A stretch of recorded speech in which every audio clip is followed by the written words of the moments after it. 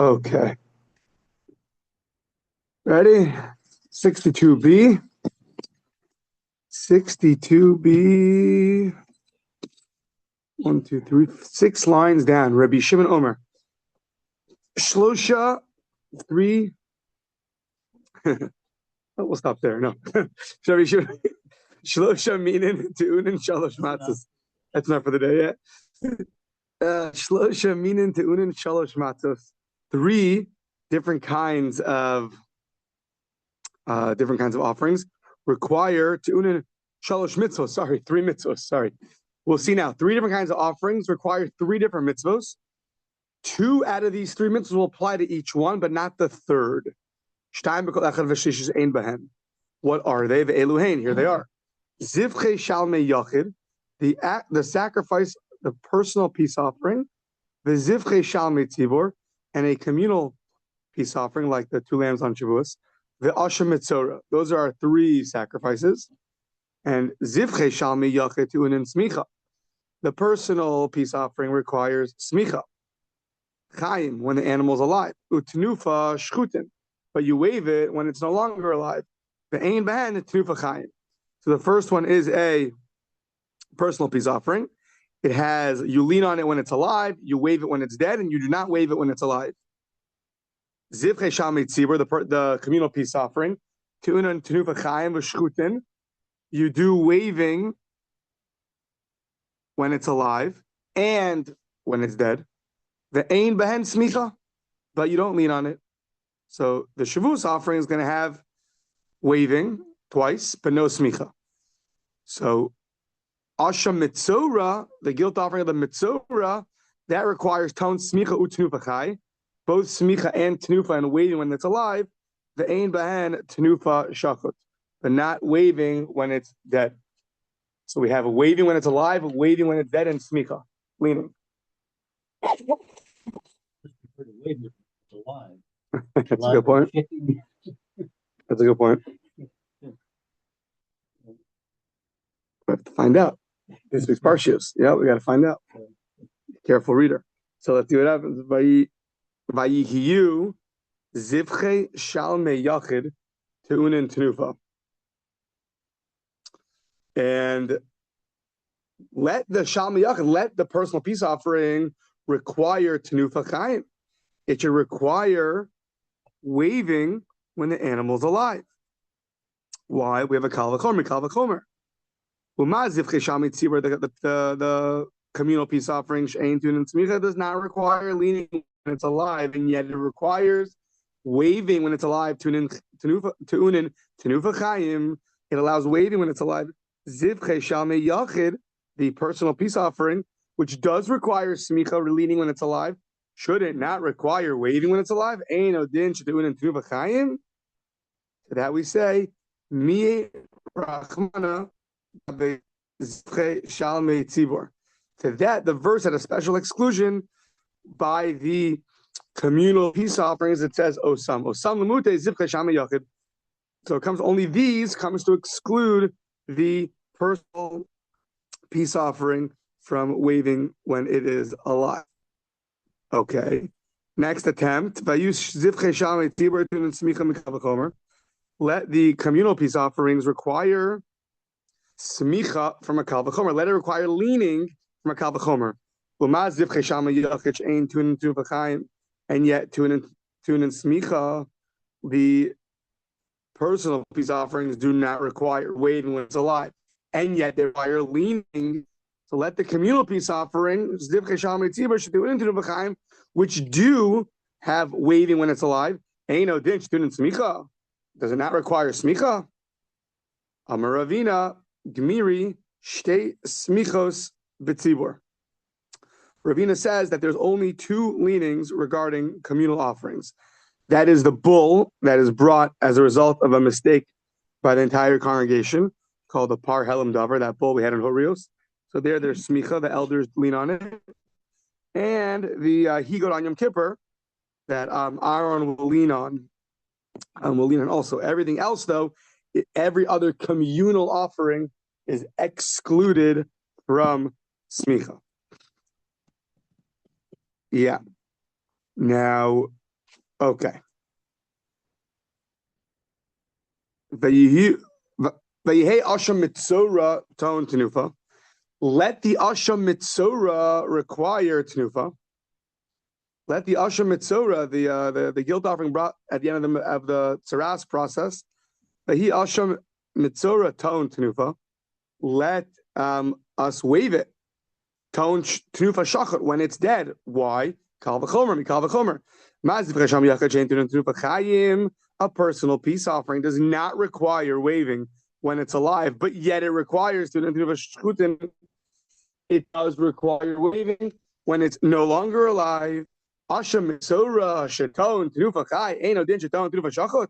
A asha mitzora, the guilt offering of the mitzora, which does require waving when it's alive, should it not require waving when it's dead? So that we say mi rachmana gabe zivche sham yachid. The Torah specifically excluded a this offering, a personal peace offering. It says oso lemuta asham mitzora. Specifically, it will require waving when it's no longer alive, and not a asham mitzora, and not a guilt offering of the mitzora. Oh, okay, very nice. Trying to fall asleep at night, you get a perfect reading material. There you go. That's okay, so that's that. Our three rules remain the same, and all the kal v'chomers have exclusions. Why we're not going to apply them? Good. Tana Rabbanan. Now all about the waving. Who does the waving? Chamisha shviu korban echad. Let's say 5 people bring one sacrifice. So echad mein of ayidei kulam, one of the owners will wave for everybody. V'ha'isha, and a woman. The Kohen is main of ayada. So we had a question about this yesterday a little bit. But the woman, the Kohen waves it for her. One who sends an offering from overseas, I mean, he's not able to make it. So what happens? The Kohen main of al yado. The Kohen will also wave for him. How about DHL? The who? It's the DHL. Yeah. Yeah. Okay. Next page. Now, I believe we're going to see this week. Yeah, this week's parsha. So now you know what it's saying. So there's 5 kinds of flour offerings that are made in 5 different kinds of utensils. 2 of them are called the machabas and the marcheshes. So we're going to see now details about them. The haomer, one who says, Harei alai bit machavas. It's upon me to bring a flour offering in the machavas. Lo yavi b'marcheshes. He can't put into marcheshes a deeper frying pan. You can't put it in there. B'marcheshes lo yavi b'machavas. And then the reverse. If you say in the marcheshes, you cannot bring it in the machavas. Now, ma bein machabas lemarcheshes. What is the difference between a machabas and a marcheshes? What's that difference? So says the Gemara, says the Mishnah, marcheshes yesh la kisui. So first opinion is that a marcheshes is a kind of a utensil that you put a cover on top of it. Machavas ein la kisui divrei Rabbi Yossi Aglili. That is the opinion of Rabbi Yossi Aglili, that there is no cover. Rabbi Chanina ben Gamliel, Rabbi Chanina ben Gamliel says, marcheshes amuka, more classic interpretation. The marcheshes is deeper. Uma'aseha rokshin, and its act, they make noise. I don't know what the good word is. It quivers. It quivers. Yeah, it's because of its depth that it's very bubbly. So machabas safa u'ma'aseha kashin. The machabas is tzafa. I mean, literally tzafa like the float, but yeah, it's shallow. It's closer to the top. Uma'aseha kashin, and it's does not make so much noise. It's harder. It's more wafer like than pancake like. So okay. So 2 opinions. What's the difference between machabas and a marcheshes? Either one has a cover, one doesn't, or one is thicker and one is thinner. Okay. So now My taima to Rabbi Yossi. What is Rabbi Yossi's reasoning that he says that a marcheshes has a cover and a machabas does not have a cover? Ilema marcheshes de asya archushe halev. Maybe you'll say that the marcheshes, the word marcheshes, it comes from archushe halev. Kidechsiv rachash libi davar tov. It's like my heart hides good things, meaning in your heart you have things that no one knows about. It's covered over, and that's what the word is. So too if to cover over the utensil. Well, it's more than that. That the offering is being brought for those thoughts, the thoughts that you had in your heart, the covered thoughts that aren't good. So for that you cover over the pan. So umachavas, what's machabas? Machabas is more it's like to hide out. The asya amachabuye hapeh, things that are more hidden in the mouth. Utterings of the mouth. Maybe utterings. Machabuye hapeh. Okay, let's see. Kida amri inshi menabeach nevuche. What, people that do a lot of talking? How do you translate that? Oh, it's emitting sounds. Emitting sound. Speech. Yeah. So okay. So yeah, we're gonna see it next. Right now, machabas means the movings, the utterings of the mouth. The mouth goes down and chatters away. So that's that. Kida amri inshi, yeah, menabech nevuche, like the mouth does a lot of movings. So says Gemara, why don't you say the exact opposite? That ema ibcha machavas, the word machavas, the asya amachabuya halei, those things that are hidden in the heart. The word machabas is something that means hidden also. So why are you hiding to run away? Yeah, back in Bereshis. So and marcheshes, the asya archushe, and the word marcheshes will come for archushe, the word archushe referring to the movings of the mouth. Kida amri inshi have a marcheshan sifsoseha, that the lips keep moving. So you see that if you're going based off of the etymology of the word, so both marcheshes and machavas can mean either hidden or moving. So that wouldn't be indicative of what we're trying to do. Ella gemara gemirila. Rather, we have a tradition from Har Sinai that this is what it is. Now, either it means we have a tradition, this is what it is, or it means you have a tradition that the words, even though they can be interpreted one of two ways, you should interpret it the first way.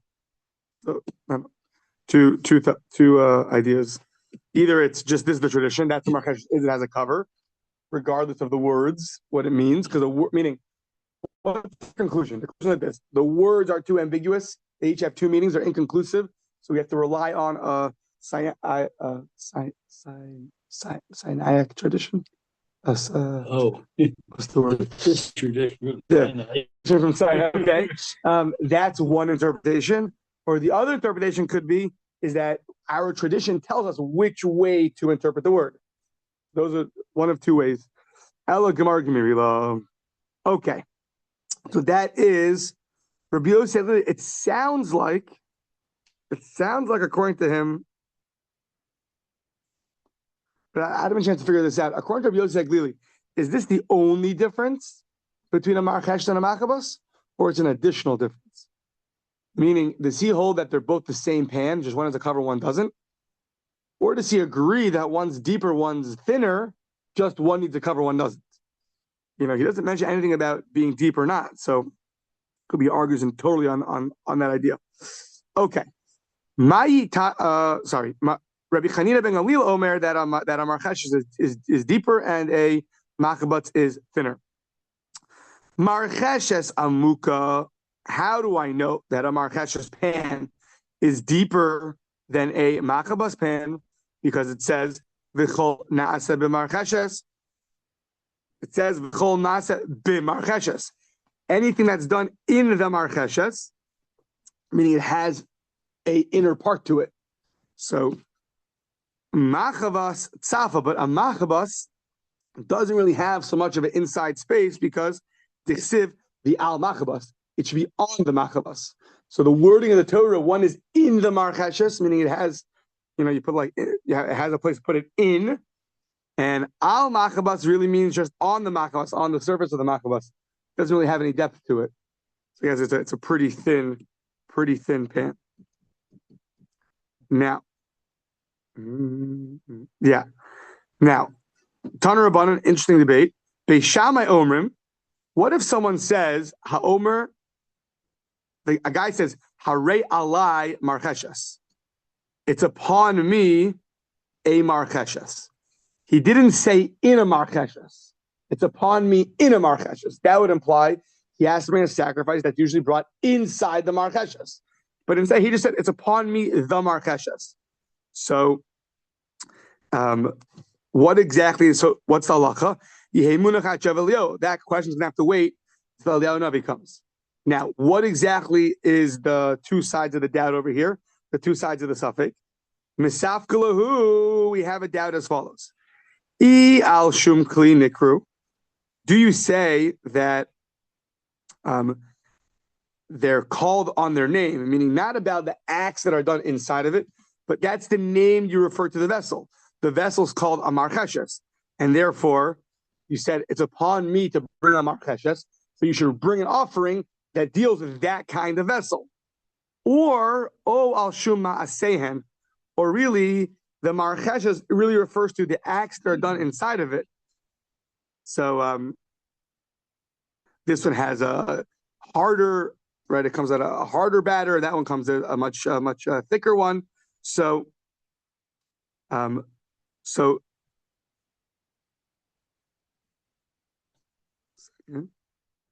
yeah. So the way Rashi learns, interesting, is that if you say it's upon me to bring a marcheshes, it could be interpreted either as you now have to bring that object to the temple, or at least its monetary value, or it means you're bringing a flour offering that's done in that vessel, in that utensil, and therefore you have to bring a mincha offering.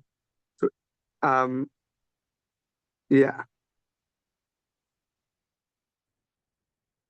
If you want to bring the offering, you should say harei alai minchas marcheshes. You want to bring a flour offering of a marcheshes. If you just say a marcheshes, then you'd have to bring the vessel itself. Or you say no, the marcheshes are referring to the acts that are done in it. It's that quivering that's done when you put something in a deeper frying pan. That's what it means, and therefore you have to bring an offering. So that's the doubt. Ubeisila omrim no. Kli haya b'mikdash u'marcheshes shma. There was a vessel in the base of Mikdash, and it was called a marcheshes. V'dome kimin kalbus amuch. It's like deeper tongs.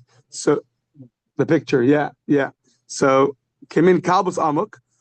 Ukishipatza munach besocho, and when the dough is resting inside of it, dome kimin tabuche habratim, similar to the apples of the Bartium, whoever the Bartium are.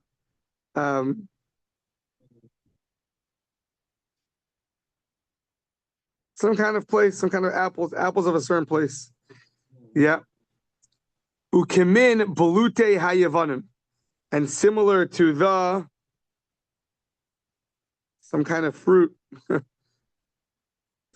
that protrudes, that grow, they're called in Old French kashtinai. So they look like that. Acorns of a green oak. Okay, interesting. So according to Beis Hillel, there was a vessel that was called a marcheshes, and therefore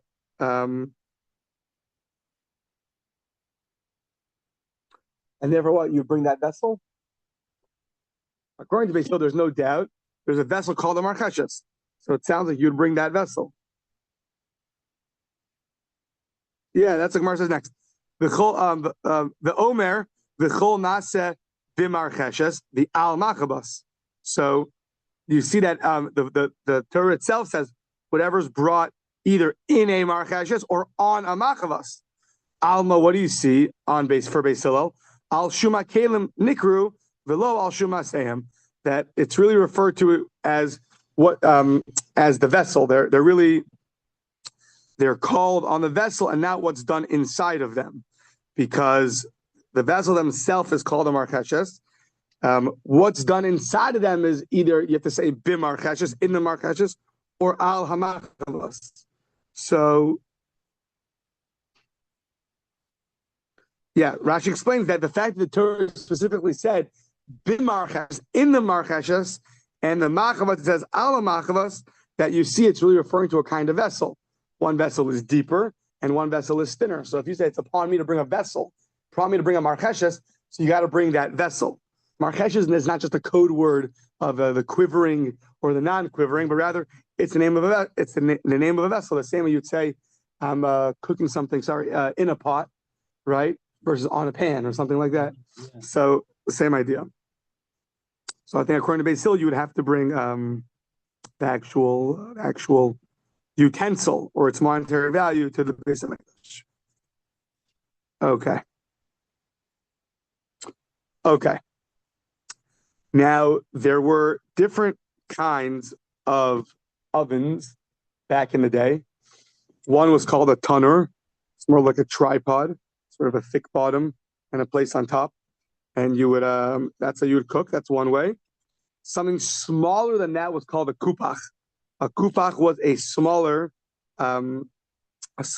oven, only had place for one pot on top. So, if a person says "Harei alai bit tanur," you want to bring one of the baked flour offerings. So, if you say it's upon me in an oven, in a tanur, then you can't bring it lo yavi ma'apav kupach. You can't bring something and bake it. It can't be baked in a kupach. Has to be baked in a tanur, which is bigger, a bigger form of an oven. Velo ma'afa ra'afim, and you cannot bake it in ra'afim, which are like with tiles. Some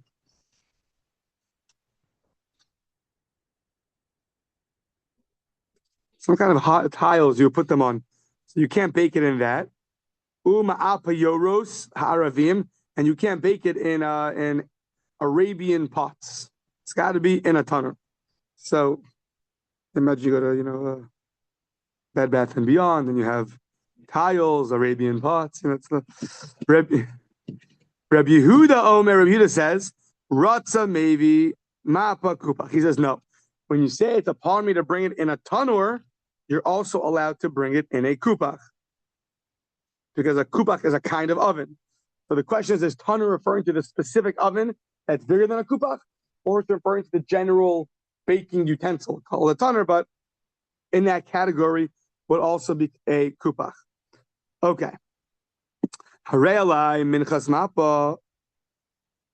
If you say I'm going to bring a minchas mapa, this we had a few times already.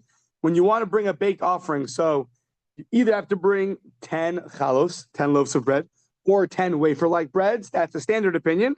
Rabbi Shimon's going to say you can do half and half. So harei alai minchas mapa lo yavi mechze chalos mechze rekikin. Can't do halvesies. Can't do half challah and half rekikin, the wafer types. Rabbi Shimon matir mipnei shehu korban echad. It's one sacrifice, so he allows you to bring. It could be half loaves and half wafers, because they're both one kind of flour offering. Right, we had this earlier twice, where when you listed all the flour offerings, do you list 10 or 11? So the reason why you list 10, because you have the baked offering in that list. You have two options: challahs or wafers. Rabbi Shimon would always list 11. You have a third option: half chalos and half wafers. Okay, so now tanur rabbanan, ma'afet tanur v'lo ma'afet kupach. It says baked in a tanur, not baked in a kupach. V'lo ma'afet ra'afim, and not baked on tiles. V'lo ma'afet yoros ha'aravim, and not baked in the Arabian pots. Rabbi Yehuda Omer tanur shnei pa'amim. It says tanur twice. Why? One is lahachshir ma'afet kupach. One is to include baked in a kupach.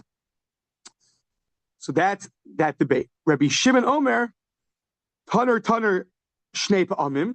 Yeah, you're right. It says tanur twice. Echad shetehei afiyasam b'tanur. The echad shehekdisham b'tanur. One tells you it should be baked in an oven, and the other one tells you it becomes sanctified in an oven.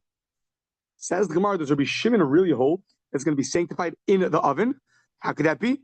He himself says, Umi Isel Rabbi Shimon Hai Svara. Does he hold to that logic? Vatnan says, and a Mishnah Rabbi Shimon Omer la'olam havi ragil omer shtei halechem v'lechem apanim ksheros bi'azara v'ksheros bebeis hapagi. Rabbi Shimon was used to saying that the bread you bring on Shavuos and the bread you bring on a weekly basis, that's there in the Beis Hamikdash, are ksheros be'azara. They're valid if they're in the courtyard. V'ksheros bebeis hapagi. The Beis Hapagi is outside the courtyard. And they're valid there. Now, how could that be? Because if he held that the oven is what sanctifies them, so if the oven would sanctify them, so then they would be invalid by being in the courtyard. What is it?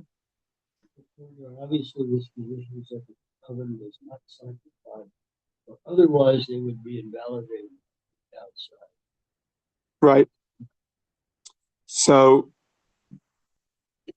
right, they'd be valid being outside. So how could it be that the oven would sanctify it? So Amarava Ema Sheyehei Hekdishan L'Shum Taner really means that they're sanctified when you have the original flour.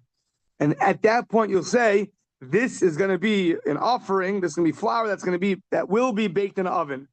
For that purpose, I'm sanctifying it, and it's sanctified then and there. Not that it's sanctified in the oven itself, rather it's sanctified that it will be in the oven. And therefore, even when it's in the courtyard, so it'll be fine. Regular people can bake bread? I think only the Kohen can do it. That's what I told you from what this description. Right, you are putting aside the flour as a sacrifice. Right. Then you're going to bring it to the Beis Hamikdash, and then they're going to put it in their vessel and put whatever they need. Then they're going to bring it up to the altar. They're going to do kmitza. Yeah, I believe so.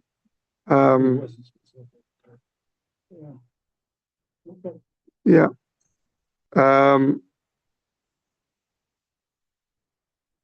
Yeah. Okay. It says, so when you say I'm going to bring a baked mincha offering, you don't bring half. You bring either 10 or 10. So Taner Rabban, it says the Brisa of Chitakriv means when you will bring Kishitakriv Lasos Davar Rishos.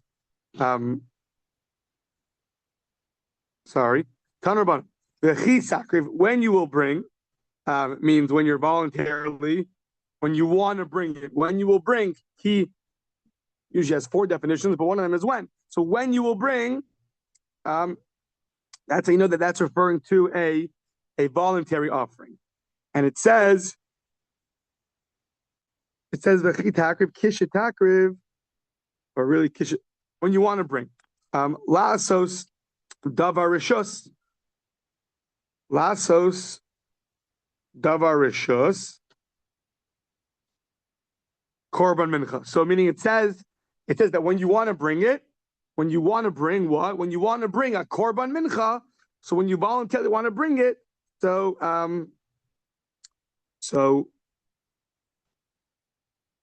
it says korban mincha in the singular. That's what it is. It says korban mincha in the singular, meaning you only can bring one kind. It's either going to be 10 challah loaves, 10 loaves, or it's going to be 10 wafers. But it's only one. So when you want to bring, you bring a korban mincha, which only refers to one, either the breads or the wafers. I think, no? Did I jump the gun? That's later, it's going to say. Right now, it just says, right now, we're just saying, we're setting it up, that it's just referring to when you bring, meaning when you're voluntarily bringing a korban mincha. So now that's the brisa. That's the brisa. Yeah, it's meaning that it's voluntary and not obligatory. So now on that, okay, great, it's voluntary, but how do you know that when you say I'm going to bring upon myself a baked mincha offering, you don't mean to say half challah and half wafers? Hamalom or korban mincha? That's what it's saying. Korban mincha, it's one singular, one mincha. Korban echad amarti lach v'lo shnayim u'shlosha korbanos. You bring one offering, meaning one kind, either this or that, and not 2 or 3 sacrifices. On that, Amar lo Rabbi Shimon said back to him, "V'chinav our korban shnei pa'amim." Does it say korban 2 times to teach you one for loaves and one for wafers. It means one sacrifice. This is all included in that sacrifice. That sacrifice, mincha, includes, baked mincha includes wafers and includes loaves. It doesn't say twice to teach you either a baked loaf offering or a baked wafer offering.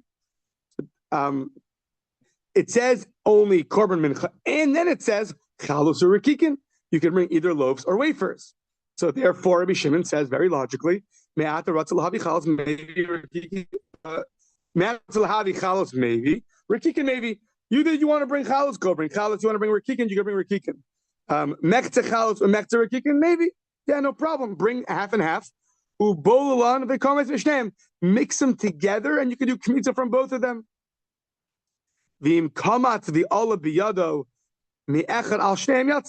And if you do kmitza and only the thinner batter comes up or the thicker batter comes up, you're good. It's all one.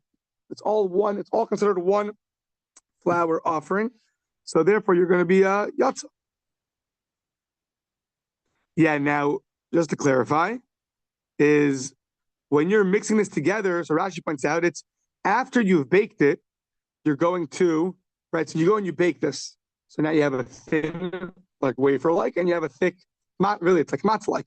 You have like bread or matzah this time of year, yeah? So you have bread or matzah, and then what do? You break it up. You break it into pieces until it goes back to, flour-like, and then you mix it with oil. And after that, you're gonna do a kmitza. We had like a long time ago, like trouble understanding how you can have space in one vessel. I remember I was stuck in one vessel space between one part and another part. We're like, if it's all flour, how do you have space between them? It's all in one cup. So the answer is because some offerings like this, it's first baked and then crunched up and put into a vessel. So it's very, very, it's not fully, as smooth as flours. So yeah. So okay, that's Rabbi Shimon. Rabbi Yossi, Rabbi Yehuda Omer, Minayin Omer Harei Alai Minchas Mappa. Rabbi Yossi, the son of Rabbi Yehuda, says, how do you know that when someone says it's upon me to bring a Minchas Mappa, Shelo Yavi Mekta Chalos Umekta Rikikin? How do you know that one should not bring Mekta Chalos Umekta Rikikin? That one should bring half Chalos and half Rikikin. You should bring either chalos, either loaves or wafers. Or Talmud Lomar, the kol mincha ashetafa betoner. It's any mincha you're going to be bring baked in the oven. The kol naaseh b'marcheshes, the al machabas, lekohen amakriv osa lo tihiyah.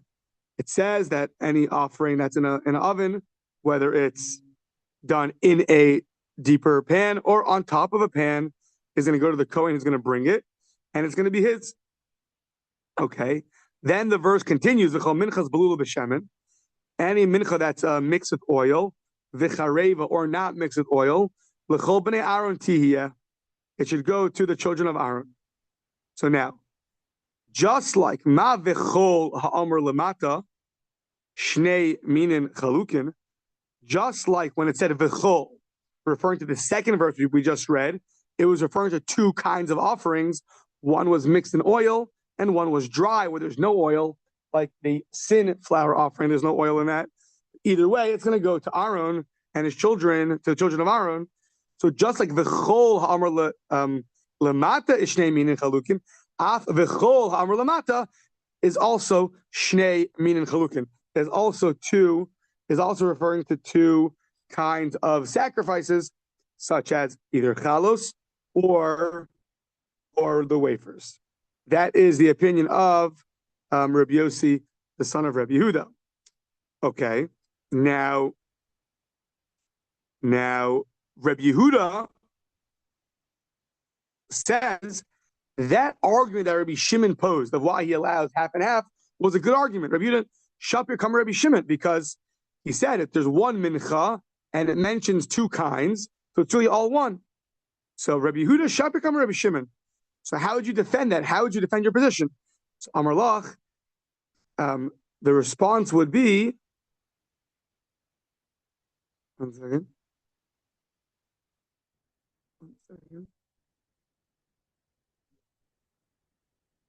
Right. Rabbi Huda says, Shapir Kamer Rabbi Shimon.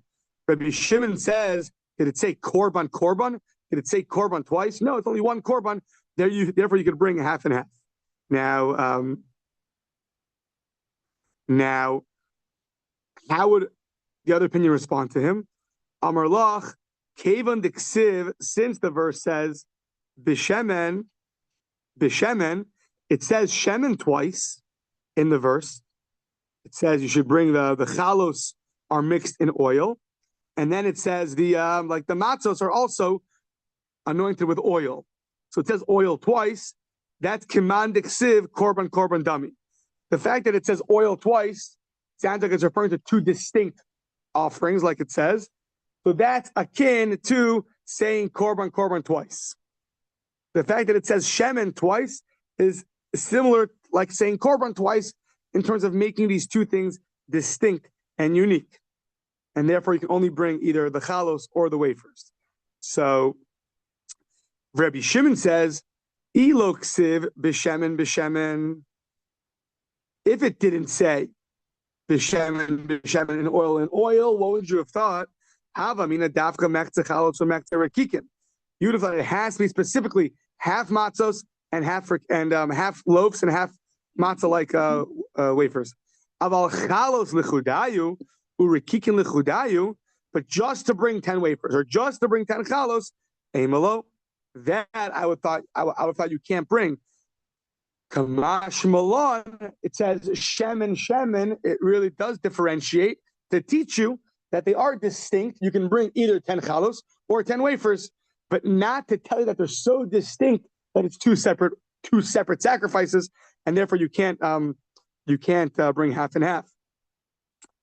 Rabbi Yossi, Rabbi Yehuda. Okay, so that's that.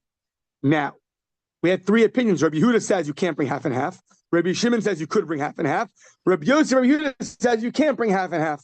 So says the Gemara, Rabbi Yossi, Rabbi Yehuda, Hainu Avuha. Rabbi Yossi, son of Rabbi Yehuda, is the same as his father. Same opinion.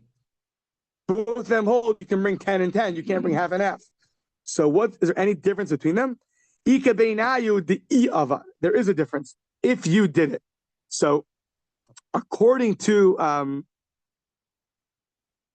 Rabbi Yehuda, the first opinion, that says it says one sacrifice and that's it. And from there he learned either 10 or 10.